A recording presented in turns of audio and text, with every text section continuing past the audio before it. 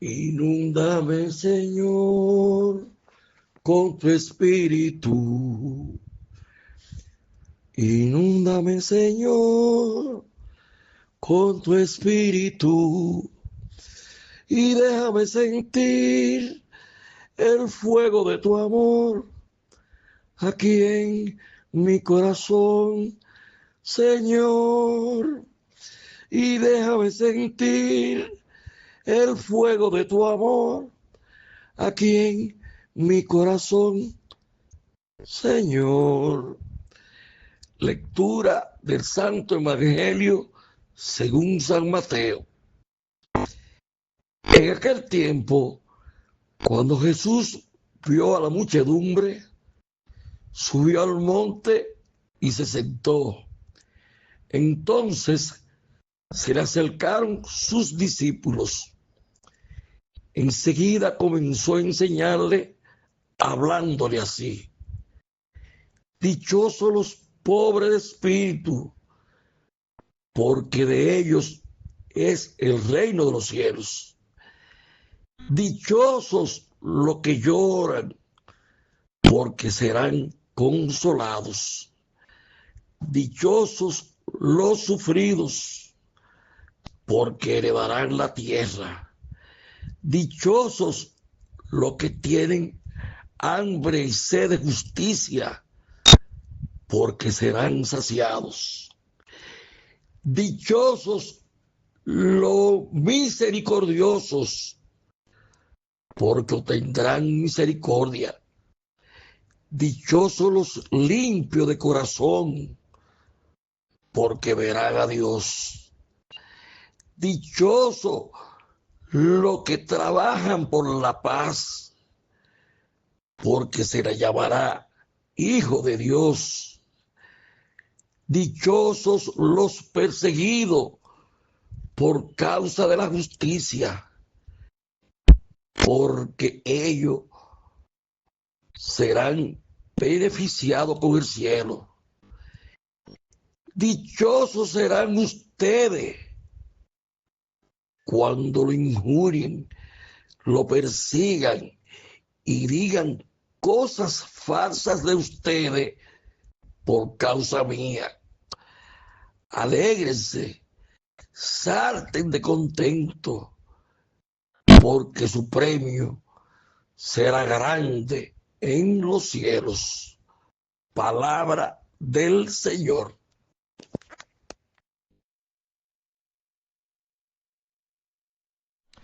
Muy buenos días, amigos, que tenemos el privilegio de contar con ustedes en este su programa, nuestro programa, en pocos minutos. En el evangelio de hoy es un evangelio que habla de los pobres de espíritu, habla de los que no tienen la justicia, habla de los que los sigan a él, que serán beneficiados. Pero a mí me llama mucho la atención que también el evangelio de hoy dice: y los que son correctos no necesitan ser beneficiados por mí. Y yo quiero comenzar el programa con la venida de ustedes. No sé si fue Francisco Enríquez y Carvajal, que ahora veo que a mi amigo que conocí en el año 82, Ramón Alburquerque, tanta gente hablan de él maravillas.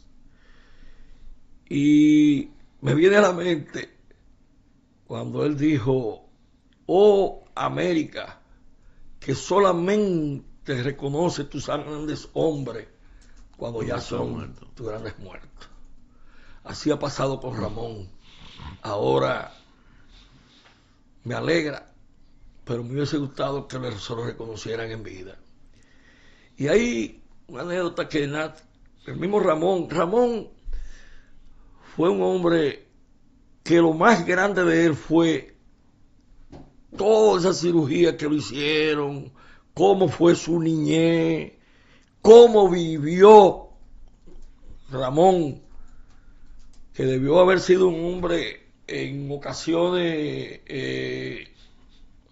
hasta muy fuerte, pero era su misma fisionomía que lo hacía ser así. Y Ramón, teniendo apenas 15, 16 años, fue asesor de Nacho Sin. De ahí viene Ramón. Entonces, ojalá que nos animemos a muchos hombres que tienen su edad, que pueden aportarle al país, que lo utilicemos y que mendemos la figura de hombre como él con su hoja de vida. Y yo creo que Ramón no era perfecto, lo puedo asegurar aquí, pero era correcto. No era perfecto, pero era un hombre correcto. Un hombre que decía lo que entendía. Y un hombre que después de esos batalles, superarse en universidades como en la que cursó, maestría, doctorado, y cómo hablaba 5 idiomas, Ramón. 5 idiomas. Como senador, hoy hay quienes lo valoran, como presidente de la Cámara de Diputados, pero hay cosas que marcan a los hombres con la palabra entrentó, coño. Y él cuenta que cuando él llega cansado, abatido, después de ese forcejeo, entre bombazos y cosas de esas a su casa, él se duerme y que él tenía unos niños pequeños y que esos niños pequeños no pudieron ir al colegio y entonces son los que le dicen, papi, pero mis amiguitos y en la televisión están diciendo que tú dijiste una palabra fea. Y Ramón lo que hizo fue que con esa contextura se bajó a llorar, porque él no podía darle explicación a esos niños que no iban a entender eso. El momento. De manera que, y ese entrentó, esos mismos compañeros dijeron, no te preocupes, Ramón, que el PRD va a ser gobierno. Y a él le tocó ponerle la banda presidencial al presidente Hipólito Mejía. Señores, tenemos hoy un invitado, Cookie, ¿cómo está? Tenemos un invitado que ya es para nosotros voy a decirle, un técnico seco, porque le tocaron situaciones duras.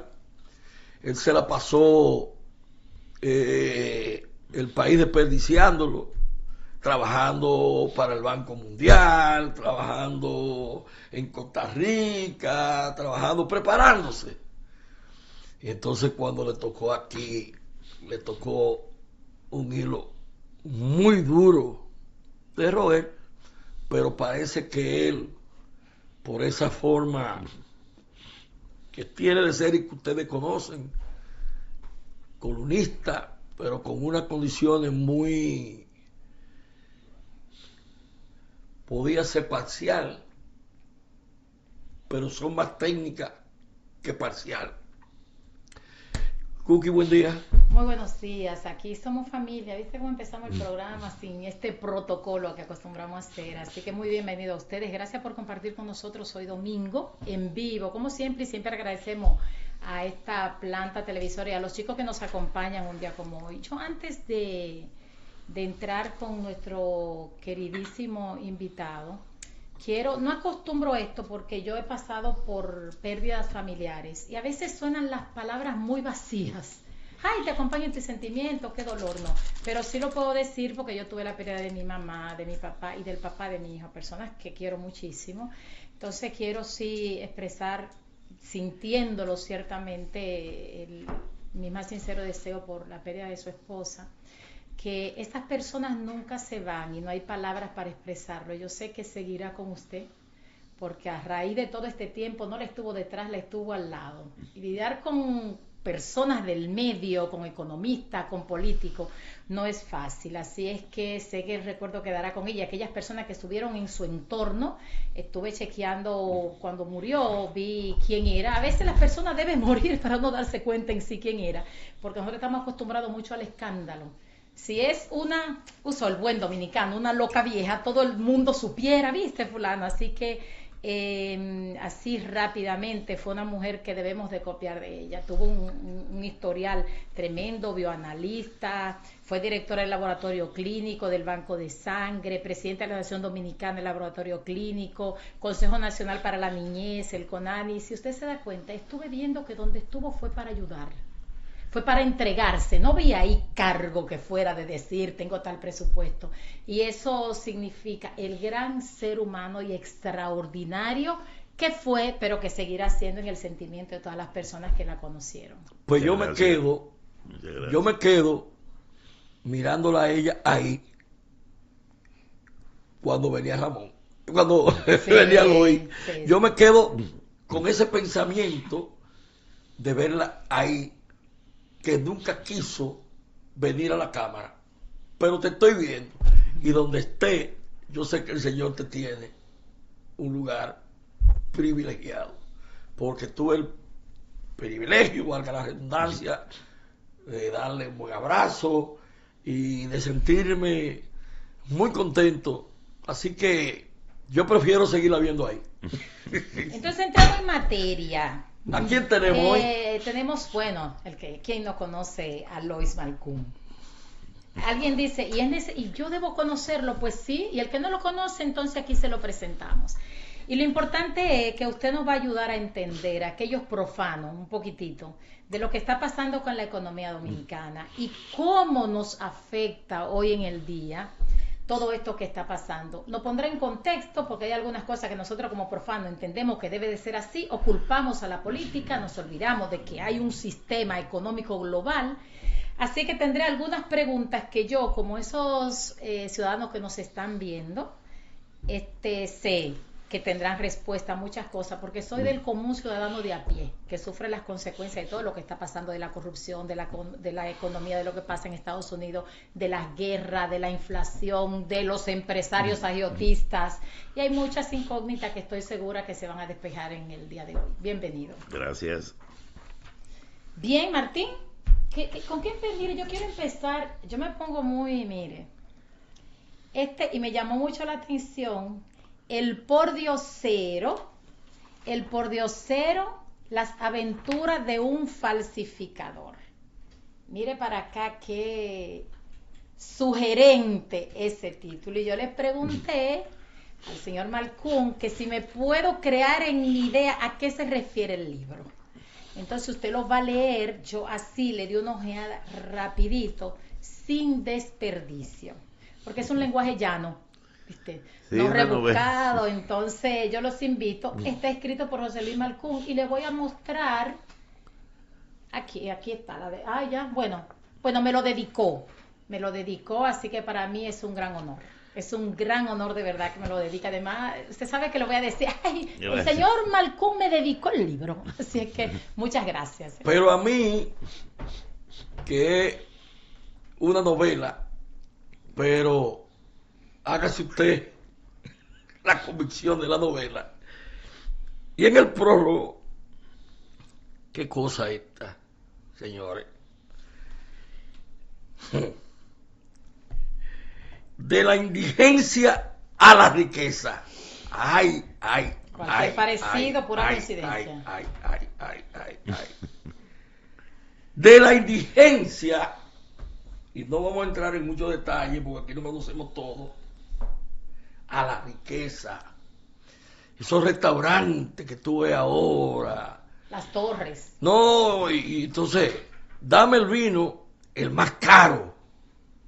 Aquí hay gente que tienen mesas en restaurantes que son de ellos, sí, reservados. Aunque no vayan ese día al restaurante, nadie mira, la toca. Aquí hay un club en el que por mi papá, porque yo no tendría con qué pagarlo ahora, ni siquiera, pero he dejado yo sentarme porque los clubes antes eran una forma de encuentro, no de excluyente, pero sí de encuentro. Y ahora solamente hay que tener dinero. Y tú ves aquellos fenómenos que pagan 5 millones, 6 millones, y si le dan 10, lo pagan más rápido para ser socio de ese club. Así que ahí están. Y entonces yo, de la indigencia a la riqueza, pero por Dios, licenciado, y estos choferes que van a esos restaurantes, los pobres, y como el jefe está en aire acondicionado, ellos dejan la jipeta del Estado encendida hasta que el tipo salga en 3, en 4, en 5 horas. No me refiero a este gobierno, al pasado, al recién pasado, y voy a excluir a Balaguer, porque Balaguer tiene un decreto que los vehículos oficiales había que dejarlo parqueado en las zonas. Y él daba un ejemplo porque él andaba, yo no soy balaguerista, él andaba en un vehículo personal de él. Su excelencia, el presidente, a quien yo voy a acompañar hasta el 28, y después del 28 que voy a ser su amigo, porque le estoy guardando algunas notas para entregárselas. Soy amigo, pero seré más amigo. Yo soy amigo de él. ¿Cuántos decretos hay el presidente de que no se deben utilizar los vehículos oficiales? ¡Decreto! Y constantemente lo reitera en su discurso. Así es que Sí. deja mucho que decir. Mire, yo rapidito, yo sé que él no lo pidió, no lo acostumbra a hacer. ¿Dónde lo podemos conseguir este libro? Encuesta. Bueno, el libro ya se puso en circulación en Amazon y próximamente se va a presentar formalmente en la librería Cuesta.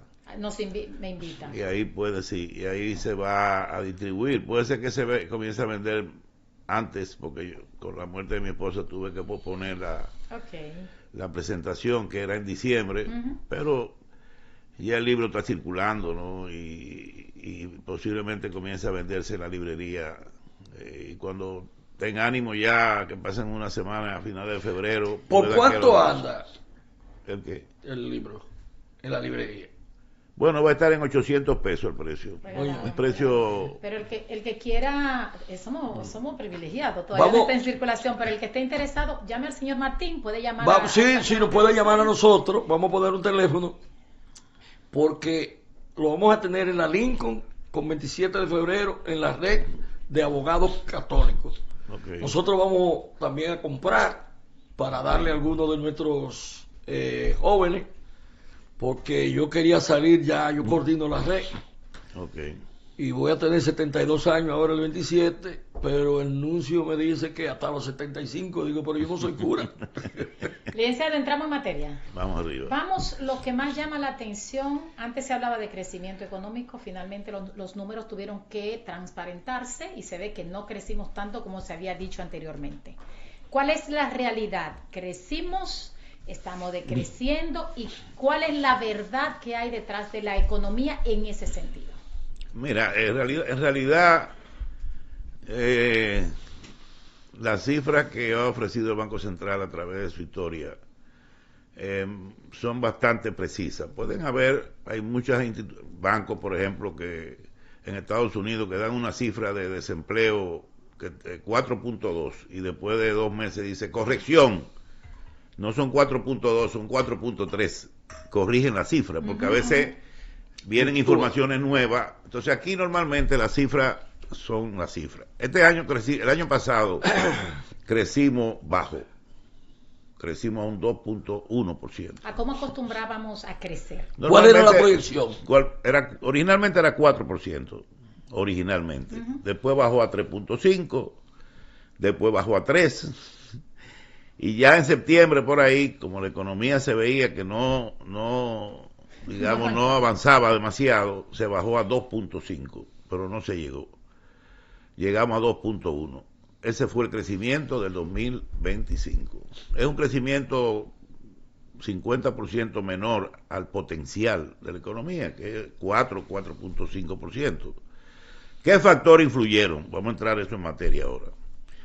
Primero, la construcción. Fue un año muy malo de la construcción. Y la construcción es un sector que pesa mucho en el crecimiento. Genera empleo, genera una dinámica muy activa, inversión, comercio, mueve todo. Y la construcción se contrajo y realmente eso pesó. ¿Por qué se contrajo? Por las tasas de interés, que casi todo el año estuvieron bastante altas, digamos alrededor de un 15%. A final de año comenzaron a bajar, cerraron en 13.28, una baja significativa, pero ya era tarde. Ya eso se va a reflejar este año. Este año es muy posible que la construcción ya se recupere, porque las tasas de interés han bajado y posiblemente van a seguir bajando. O sea que yo creo, pero hay una cosa también que es importante aclarar. La América Latina entera creció a 2.3% promedio, todo, desde México para abajo. México, Centroamérica, el Caribe, Suramérica, ese fue el promedio de crecimiento. O sea que estamos hablando que muchos países crecieron o por debajo de nosotros o ligeramente por encima. De manera que nosotros no estuvimos muy lejos del promedio de toda la región, pero sí muy por debajo de lo que acostumbramos. Muy por debajo de lo acostumbrado. Lo que pasa es que desde que llegó Trump al poder, en enero del año pasado, muchas reglas de juego cambiaron. Muchas cosas comenzaron a cambiar. Y eso afectó a la mayoría de las economías. Sin embargo, quiero aclarar también otro punto. Argentina, por ejemplo, sorprendentemente, creció a 4.5%. Sí. La Argentina, que hace años crecía negativo, estaba vuelta a un desastre. Milei ha logrado, obviamente, a base de una política dura, un manejo de medidas de shock económico, ha logrado que la economía argentina comience a recuperarse. Pero ¿qué pasa? Que la inflación en Argentina fue del 31%. Nosotros crecimos a 2.1%, pero nuestra inflación fue de 4.9%. Si tú me preguntas si yo quiero crecer a 4.5% con una inflación de 31%, o quiero crecer en 2.1% con una inflación de 2.9%, obviamente la respuesta es muy clara. De 10 economistas, 10 te van a decir, no, yo prefiero crecer a 2.1 con un 4.9% de inflación, y no crecer a 4.5 o 5% con 31% de inflación. Claro, ha sido un logro, porque en Argentina la inflación llegó a 400%. Lo que pasa es que en la comparación con Argentina, acuérdense que en Argentina tenemos un caso especial. Claro. Tomar decisiones sí porque sí, pero ¿a qué otra economía parecida a la nuestra? Venezuela está arrojando un crecimiento de, creo, de 7 y pico %, según el gobierno de Maduro. Yo no creo mucho en las estadísticas de países donde hay gobiernos dictatoriales o que manejan a su antojo, Sí, pero eso es lo que te están dando. Pero ¿qué economía parecida a la nuestra nosotros podemos compararla? Maduro hay Bueno, una dictadura bueno, allá, pero mira, que se parezca a la que nosotros tenemos, que podamos comparar. Costa Rica creció alrededor de un 2.8%, 2.9%, con una inflación más baja que la nuestra, es un ejemplo. México creció mal, creció debajo del 1%. México, Jamaica creció también bajo del 1%, bajo de 2%, primeramente los últimos meses por efecto del huracán. Trinidad y Tobago, productor de petróleo y gas, creció por debajo del 2%. Te estoy hablando tú me estás preguntando de países así, más o menos, como nosotros. O sea que hubo algunos que Panamá creció también sobre nosotros, 3 puntos y pico %. O sea que ha habido ¿cómo te digo? Una variedad de situaciones en América Latina donde algunos tuvieron mejor comportamiento que otros en términos de crecimiento. Aunque, como te digo, hay que relacionar el crecimiento con la inflación. Ahora tú te pones a coger a Canadá. Canadá está en un crecimiento del 1.4 y Estados Unidos del 1.8. Y estamos hablando de que Estados Unidos todavía la inflación está en 2.7, 2.8, que no ha podido bajarla. Ahora con el nuevo presidente de la FED, que anunció el presidente Trump, es posible que ese señor llegue y lo primero que va a hacer es bajar la tasa de interés. lo que a nosotros nos conviene. Sí. Nos conviene porque primero el servicio de la deuda baja, pagamos menos, o sea, podemos renegociar la deuda nuestra en el exterior y bajar el costo de la deuda, los intereses que pagamos. Y también la banca local, o mejor dicho, el Banco Central va a tener que bajar su tasa de política monetaria, quizá a un 5 o a 4.75, y puede ser que la tenga que bajar a 4.50 si el nuevo presidente de la Fed baja la tasa de interés por debajo de 3% en Estados Unidos, que es lo que quiere el presidente Trump. Por eso es que él ha puesto un hombre de su confianza ahí, para que responda a esa política de reducir las tasas de interés lo más rápido posible. Eso nos ayuda obviamente, y en términos tanto de interno del crédito de la banca privada, como también del pago de los servicios de la deuda. Entonces, estamos hablando, como digo, que no me gusta, siempre yo hago comparaciones para que la gente entienda que nosotros no vivimos en un mundo aislado, que República Dominicana no es es algo que está en el espacio, estamos aquí, en la tierra, conviviendo, relacionándonos. Yo no te incluyo en ese caso a Cuba, por ejemplo.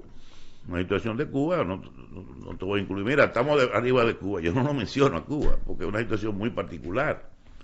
Nicaragua tampoco le creo, la cifra de Nicaragua con Daniel Ortega, él hace lo que quiera. Hay países cuyas cifras no son confiables, otros sí son transparentes. Sin embargo, perdóneme, en Nicaragua el costo de la vida está menor que nosotros. La inflación en Nicaragua es más baja que la de nosotros. Fue más baja que la de nosotros el año pasado. Creo que 3.8 por ahí, cerca de 4. O sea, Nicaragua. Y su ahora, moneda es el dólar. Pero recuérdate que en Nicaragua la situación en términos de nivel de vida no es comparable a la de nosotros. O sea, nosotros casi duplicamos en términos de ingreso per cápita a Nicaragua. O sea, la República Dominicana tiene hoy en día un ingreso per cápita de cerca de 11.600, 11.700 dólares. Ya estamos por encima casi de Brasil.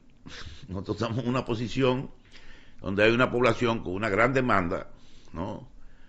Sólida, y entonces obviamente eso hace que muchas veces, si no hay una oferta o los precios internacionales suben, eso obviamente afecta a los precios. O sea, impacta más la inflación aquí que la que impacta en Nicaragua. No hay duda de eso.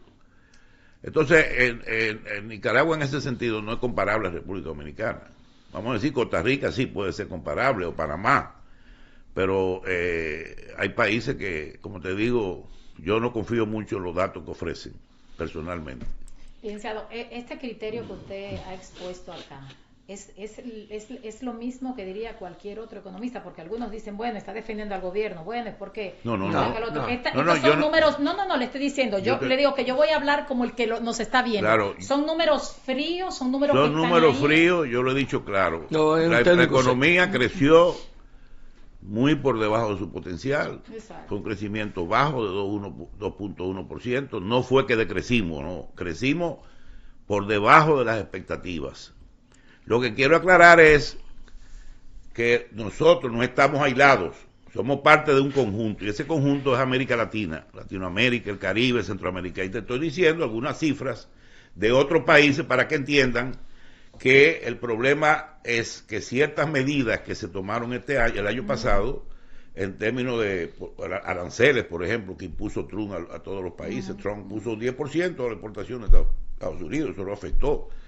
Y así sucesivamente ha habido factores que han afectado el crecimiento de toda la región.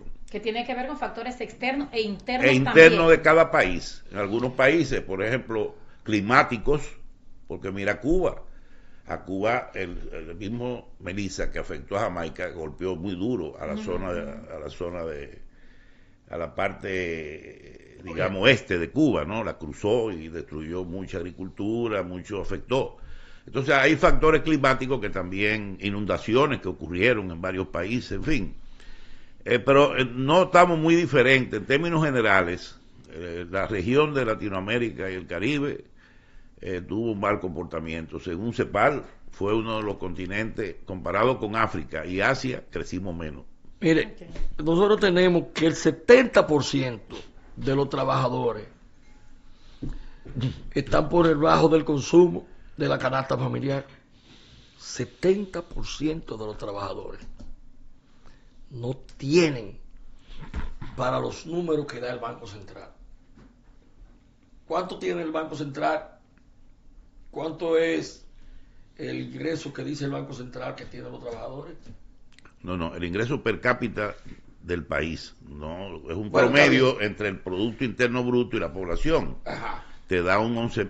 Ahora, el problema ya que tú me estás mencionando sobre el poder adquisitivo, Sí. ciertamente hay una proporción grande de personas que no tienen el poder adquisitivo para, vamos a decir, pagar lo que el costo de la canasta básica en sentido general, eso es cierto. Viven, vamos a decir, en un nivel de clase media baja o pobre, que son los que le hace más difícil cubrir esa canasta básica con sus ingresos, que ganan menos de 40,000 pesos, por ejemplo, 35,000 pesos. Entonces, aparte de que la canasta básica es solo uno, tú tienes que pagar luz, tú tienes Sí. que pagar agua, digo, renta a veces. Bueno, renta no mucho, porque hay mucha gente que tiene su casa, Medicina. pero tienen que pagar medicamentos, los colegios, las escuelas públicas, bueno, no pagan. En fin, hay muchos factores, pero hay una realidad que en términos de pobreza, según la cifra y las encuestas que se están haciendo, nosotros hemos bajado la pobreza aún, creo, no sé la última cifra que se dio sobre eso, un 17, 18%. Entonces, el país... La pobreza extrema, pero no la No, pobreza. extrema no, pobreza. Aquí en pobreza extrema es muy poca. Según la FAO, aquí prácticamente el hambre no existe. ¿Y cómo O sea, el hambre, para hablar de pobreza extrema, No, sí, no. es hambre. Pero Eso es pasar Sí, hambre. sí, sí. Y eso es muy, muy bajo en este Sí. país. ¿Cómo yo explico Y eso? otra cosa que quiero aclararte. El tema económico del crecimiento, es obvio que lo van a usar los políticos. Tanto de la oposición, para atacar al gobierno que esto, que no hizo tal cosa. Bueno, es cierto. Si yo tuviera la oposición, yo dijera, mira, fue un año muy malo económico. Bueno, fue malo porque no se creció al nivel que se iba a crecer, pero eso se va a aprovechar en el ámbito político, se va a aprovechar. ¿Y qué le parece a usted? Y excúseme, pero lo que pasa es que hay que aprovecharlo al máximo. Del bono hogar, el bono luz, el bono aire, el bono... Yo pienso que eso va a haber que revisarlo. Porque en una familia donde hay 4 personas trabajando, el bono luz debieran pasárselo directamente a las compañías eléctricas. No es posible que usted tenga un bono luz, que usted tenga un bono gas, que usted tenga un bono para comida. Y entonces... Se supone que hay un sistema, no recuerdo el nombre que tiene, un sistema computarizado, donde todos los que se benefician de algún subsidio del gobierno están ahí en esa lista. Entonces ellos cruzan los subsidios, o del bono con el gas, con electricidad, con el subsidio de Supérate, para ver si el nombre de una familia X aparece con un subsidio en un lado, con otro en otro, con otro en otro. Entonces ellos cruzan la información porque la tienen. Entonces ese sistema permite saber si una familia está recibiendo, aparte de los 1.650 pesos que se le da del programa Supérate, en adición está recibiendo un bono gas, puede ser, o un bono luz. Entonces, eso se maneja, eso no es que se está haciendo a lo loco, no, hay todo un programa. Hay algunos que se hacen los chivos locos, pero y pasa mucho, personas que no lo necesitan, que no tienen, pero son casos que se dan. Ahora, que tú me digas que algunas de esas personas que reciben esos beneficios trabajan y tienen un ingreso y no deberían recibir ese subsidio porque hay otros que son más pobres que él, eso sí es cierto. Puede ser que hay que depurar. Exacto. Porque estamos hablando de casi, ¿cuántos? 1,5 millones de personas que están recibiendo. Sí. O sea, o 2 millones de personas que están beneficiados de los subsidios del Estado. ¿Cómo te puedo decir yo si esas 2 millones de personas, todas, son realmente merecedoras de esos subsidios? Imposible. Yo estoy seguro que de ahí un porcentaje pudiera ser que no necesite el subsidio, pero necesite otro que no lo tiene. Yo tengo familias de personas pobres, muy pobres, que conozco que no reciben ese subsidio. Y yo le he escrito inclusive al presidente para que le incorpore, mandar los datos. No te ayuda el apellido. No, no le ayuda a ellos. A ellos le ayuda el presidente en eso es así. Sí, pero que no te ayuda el apellido. Licenciado, A ellos no le ayuda. Quiero agarrarlo de la pobreza porque es lo que se preguntan mucho cuando escuchan hablar que hemos disminuido la pobreza, pero entonces los subsidios aumentan. Entonces, ¿hasta qué punto tú puedes hacer una comparación? Disminuimos la pobreza en base al subsidio del Estado, porque si la pobreza disminuye es que tengo que entregar menos. Pero si tú subes constantemente los aportes que hace el Estado a ese renglón, ¿cómo yo logro entender que ha bajado la pobreza? Que no es porque el Estado está ayudándote, porque se entiende que para que sea real es lo que usted dice, bueno, este hogar recibía, ya aquí se superaron porque para la escuela, porque tienen un empleo, entonces se los retiro, pero lo que vemos es que constantemente aumenta la cantidad de subsidio a los pobres, y yo digo, bueno, es que hay más pobres, entonces no logro entender eso ahí. Muy simple. Toma el dato de desempleo.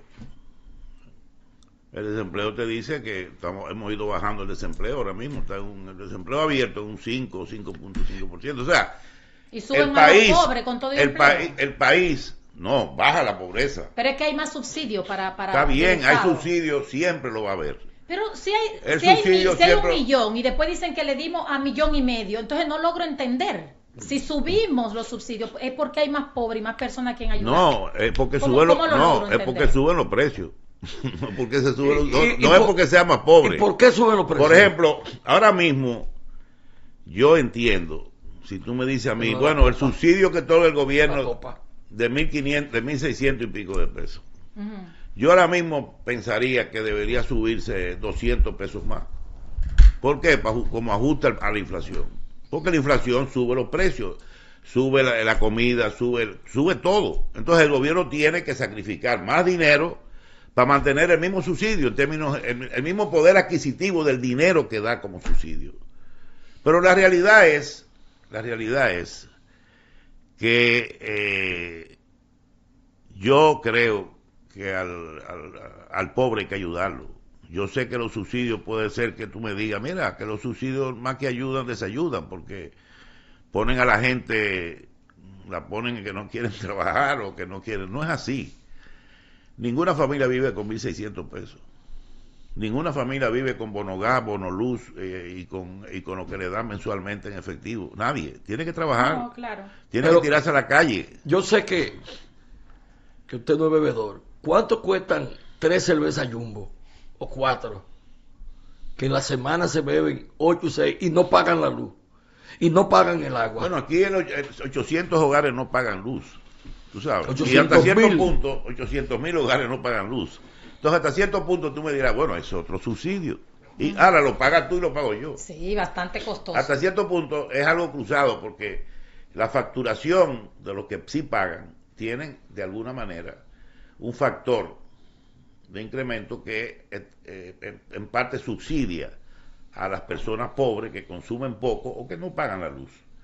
En realidad, nosotros, como digo, no seremos el mejor país de la región, ni mucho menos, pero tampoco hemos ido mejorando mucho en los últimos 10, 15, 20 años. El país ha mejorado. Y en el exterior, los organismos internacionales, Fondo Monetario, te lo dicen, Banco Mundial, te dicen que República Dominicana es el país que en los últimos 30 años más creció en toda América Latina y Centroamérica. Es que cuando yo escucho esto, que no me dan bono, que cuando me quedo sin empleo siguen las deudas y tengo que pagar luz costosa, que no recibo nada del Estado, yo no veo eso. Y el que nos está escuchando, que habla de un crecimiento económico, pero las personas sienten que el dinero no le alcanza. Usted me habló de inflación, perfecto. Entonces tenemos, ¿cómo yo equilibro para yo decir, bueno, vamos bien? ¿Cómo yo logro equilibrar si yo voy, por ejemplo, en días pasados, yo compré una taza, la compré como en 35 o 40 pesos en una tienda común. Y cuando yo volví a comprar una taza común y corriente, de una que tiene en el borde abajo, que no necesita platito, de las corrientes, 90 pesos. Yo no estoy comprando taza de lujo ni de marca, porque la necesito, porque se rompieron las que tenía. Entonces todo esto, que perfecto, está la inflación y afecta, pero cuando tú escuchas decir que vamos bien, que nos estamos desarrollando, y yo, que pertenezco a una clase media baja, que debo de estar por debajo de la baja, pero uno tiene un nivel y tratan, atagueando, usted sabe que gente dice, soy de clase media, ni a la media, quizás ya está casi llegando a lo pobre, pero queremos mantenernos, perdón, reciclando la tarjeta, haciendo préstamos, cayendo en data crédito y todo esto. ¿Cómo yo, un común mortal, logro entender eso, que no estoy siendo beneficiada, como hay mucho que está siendo beneficiado, que no soy empresaria, que lo que soy es profesional, soy abogada, algo que otra cosa, pero a mí me afecta? ¿Cómo logro entender esto de que vamos bien? Que la mayoría del ciudadano lo siente así, aquellos que no están en puestos políticos, que no son SENASA, que no están en todo esto, lo sentimos. ¿Cómo usted me hace entender a mí que estamos bien y que esta situación, que en mí es particular, pero es multiplicada por la mayoría de los ciudadanos, cómo lo logro entender? Bueno, tú estás poniendo un caso aislado. En realidad hay muchos casos así como el tuyo, no hay duda. Pero es un fenómeno que definitivamente se da en todas las economías. Yo recuerdo que los primos, una parte de la familia de mi esposa vive en Nueva York, y ellos cuando fallecieron vinieron hace poco, ¿no? Por ejemplo, un litro de leche de Estados Unidos costaba normalmente $1 y pico, ¿no? Y en un momento dado la leche subió a 6, 4, 5, 6 ¿Y dólares. los huevos? El huevo se convirtió prácticamente como en una pepita de oro. No aparecía huevo y la gente comenzó a comprar gallinas y a criar en los apartamentos para que pusieran huevos. Entonces estamos hablando de, y ellos dicen, y Donald Trump habla de que la economía norteamericana es la más poderosa del mundo, la economía más grande del mundo, la economía más desarrollada del mundo. Y la gente, así como tú, millones de personas se quejan porque realmente le han quitado muchos beneficios, seguro social, muchos afectados, bono escolar, se lo han eliminado, en fin, están muchos de ellos desesperados, pero es Estados Unidos, el país más desarrollado. Entonces, como te digo, nosotros también tenemos el mismo problema, como lo tienen todos los países del mundo. Los europeos viven quejándose de lo mismo. Ya no es la misma Europa que tú vas ahora que iba 10 o 15 años atrás. Después de la guerra de Ucrania, todo cambió. Y hay mucha gente con la migración, hay un lío del diablo en Europa. De África. Una migración que tiene a mucha gente desesperada, que han perdido su trabajo. Los ingresos el poder adquisitivo se ha caído. O sea, tú tienes una queja razonable, válida, pero es un fenómeno que se da en todas partes, pero en sentido general eso no invalida el hecho de que el país, visto con las cifras fríamente, yo no lo analizo sentimentalmente, yo lo leo con cifras, ¿verdad? Independientemente de que yo sé que hay gente pobre, que hay gente con problemas, desempleados, hay necesidades, pero cuando yo analizo la economía lo hago con frialdad, técnicamente, para decir, bueno, sí, mira, estamos aquí, hemos estado evolucionando de tal forma, en fin, y yo no estoy hablando de este gobierno, hablé de 15, 20, 30 años, por eso te dije, en esos años, al margen de que ha habido gobiernos buenos y malos, ha habido mucha corrupción o poca corrupción, pero en ese periodo, como quiera, el país ha seguido progresando, eso no hay duda, eso lo dicen las cifras frías, al margen de los sentimientos y de las emociones. Y de realidades que están viviendo muchas personas. Miren, vamos a un cambio, Martín. Sí, nos vamos. Cuando regresemos, hay que hablar de deudas, porque también es parte de lo que está sobre el tapete. También. Pero yo tengo algo que lo voy a tratar antes. Perfecto, entonces vamos al cambio. Entonces nos vamos al cambio y volvemos en breve.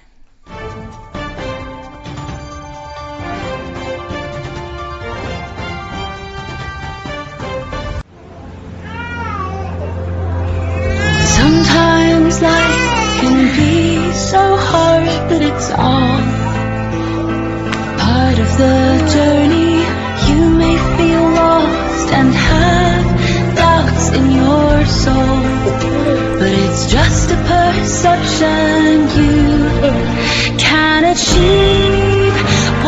set out to do and more.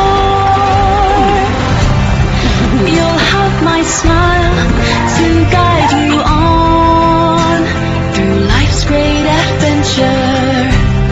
Sure, there'll be challenges to come, but it's part of the journey. You will never be alone with my smile to guide you on.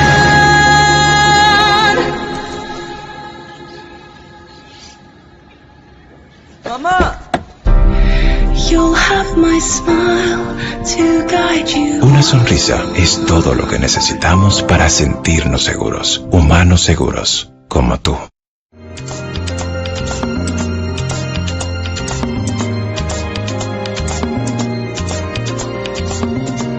Nosotros tenemos una gran esperanza. Es un programa donde nosotros podemos hacer una real diferencia. Es un programa donde podemos salvar vidas a los jóvenes. Muchas obras hará usted, señor presidente, pero le aseguro que ninguna tendrá un fin tan noble, fundamental para el futuro de la patria como esta.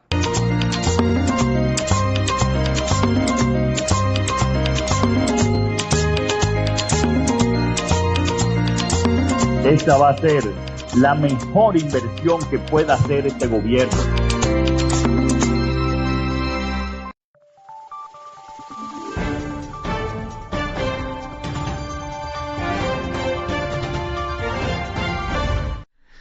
Licenciado Mancún, tenemos uno de los problemas más terribles que hay, el empleo informal, y no vemos cómo atraer esas empresas para que se integren a la formalidad, comenzar un programa piloto, porque aquí todos lo queremos de una vez buscar una cinta y anunciar, para que esas empresas pequeñas, informales, ese hombre que está en el mercado, que tiene 10 empleados, ¿verdad?, podamos atraerlo. Pero hay otra cosa peor ahí mismo. ¿Cómo es posible que un plátano te dedique a 30 pesos cuando en el campo está a 6 pesos? A 5 pesos, la yuca a 3 pesos, y cuando llega aquí a la capital se vaya de que a 30 pesos? Yo no sé dónde está el INESPRE, y eso yo voy a excluir al señor presidente de la República. Yo no sé dónde está Agricultura, porque eso no es posible.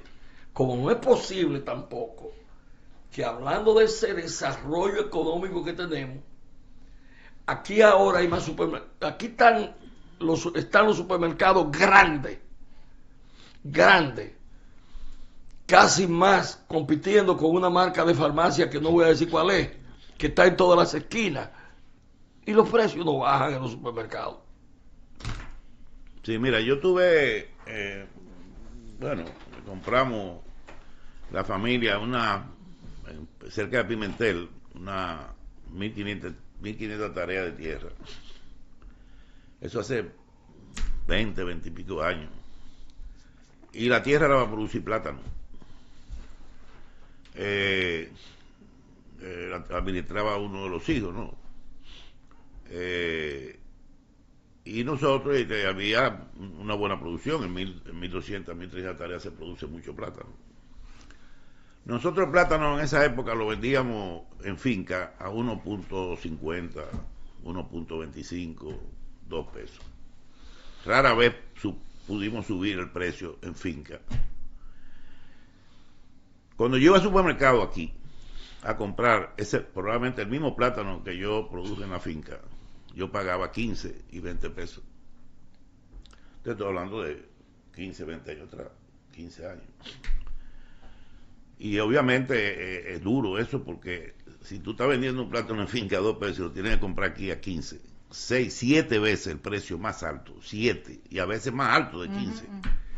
Es una realidad de la intermediación. Por eso el Merca de Santo Domingo, cuando se creó, la idea era convertir eso en un centro de abasto, donde el productor llegara con el producto y ahí se pudieran abastecer todas las cadenas, todas las redes sin de intermediarios. distribución. Yo recuerdo Exactamente. que ese era el objetivo. Bueno, eso obviamente, aparentemente no ha logrado funcionar mucho. Todavía hay mucha gente que va y compra ahí, hay productos que llegan, pero lamentablemente sigue existiendo esa brecha entre el precio en finca con el precio al consumidor final. Ahí hay una situación de intermediación sumamente grave, deficiente. Y si es un colmado, es peor, porque el plátano que te cuesta 20 o 25 pesos en un supermercado te cuesta 35 en el colmado, o hasta 40. Yo he pagado un plátano. Sí, en los barrios, sí, pesos. Ciertamente más caro, sí. Entonces, esa realidad es difícil. INEPRE puede, a veces interviene, hace mercado en algunos barrios, pero señores, estamos hablando de una capital de casi 4.5 millones de habitantes, solo el Gran Santo Domingo, casi 4.5 millones de habitantes. Entonces, para ninguna institución es capaz de poder cubrir toda esa área inmensa de una ciudad ya que tiene más habitantes que muchas grandes ciudades de países desarrollados, ¿no? Ya Gran Santo Domingo es un Gran Santo Domingo. Y eso es una deficiencia del sistema de comercialización.